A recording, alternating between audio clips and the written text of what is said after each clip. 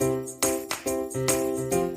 listening to Catholic Sprouts, the daily podcast for Catholic kids that strives to plant seeds of faith.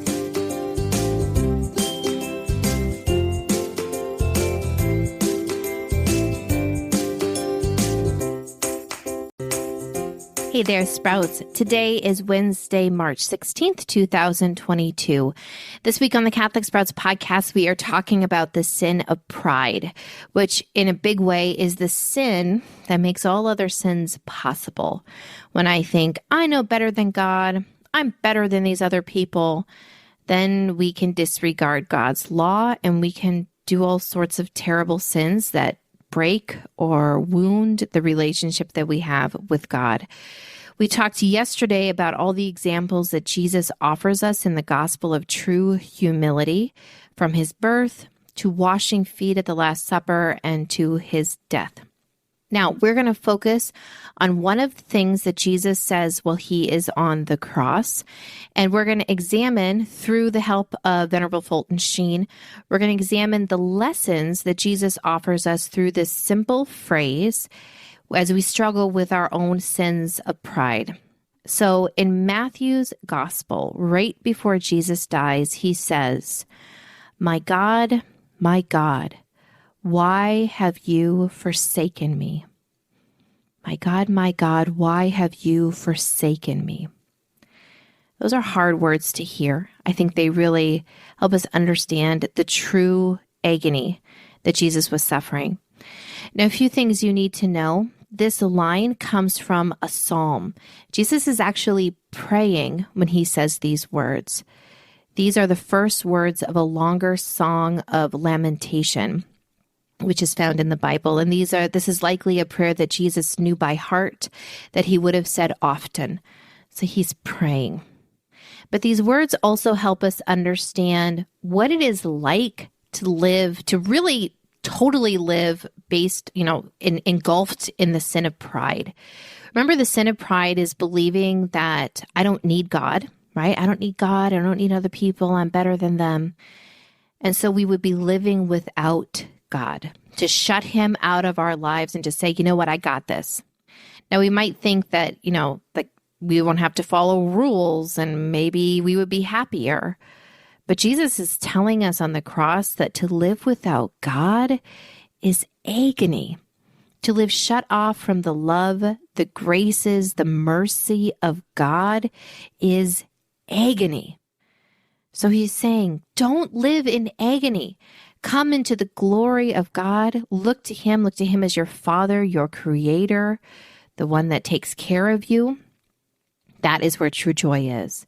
So he's saying, in order to reject the sin of pride, the first lesson from Venerable Fulton Sheen is this: glorify God, not yourself.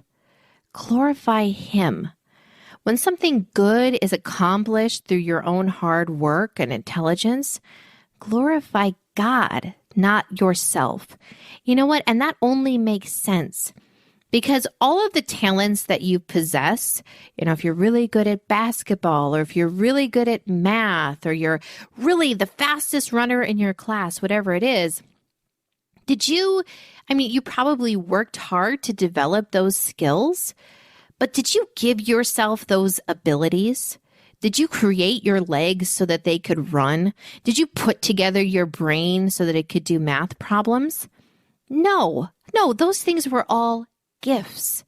God created you with these abilities, and yes, you fostered them, you worked hard, but you only worked hard to develop something that was given to you. So therefore, everything we accomplish, we should say, this accomplishment glories God. It does not glorify me. I don't need to have my personal name in the newspaper. I don't need to have my picture hanging up for everyone to see. Now, if those things happen, good, but don't let it make you feel bigger or more important than you are. Remember, you were just developing a gift that God gave you. Now, we're going to talk about the second lesson that Jesus offers from these words later. But for today, for your challenge, I asked you to just 1 minute of quiet prayer. Think about the last thing you accomplished, whether it was you finished reading a whole book and you're really proud of yourself, or you did good on a test, or you scooped the snow out of the driveway for your parents. It can be something really small. You swept the floor, whatever.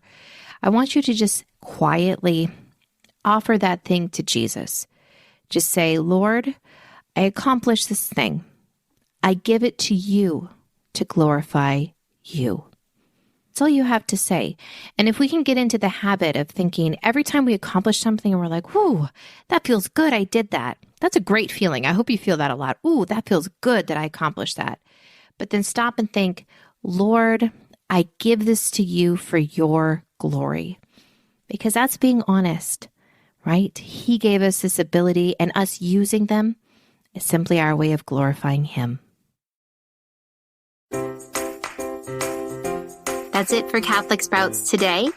We'll be back tomorrow, but until then, continue to grow in your faith and truly sprout into the beautiful creation that God created you to be.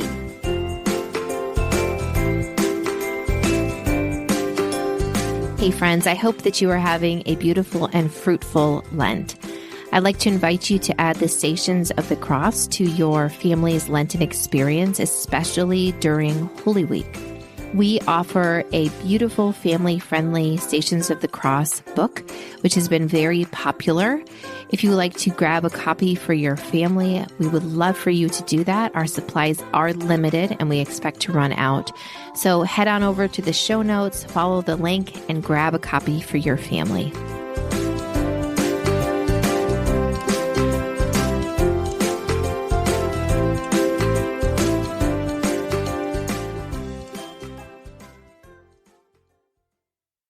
This show is a production of the Spoke Street Media Podcast Network. For more great podcasts, visit spokestreet.com.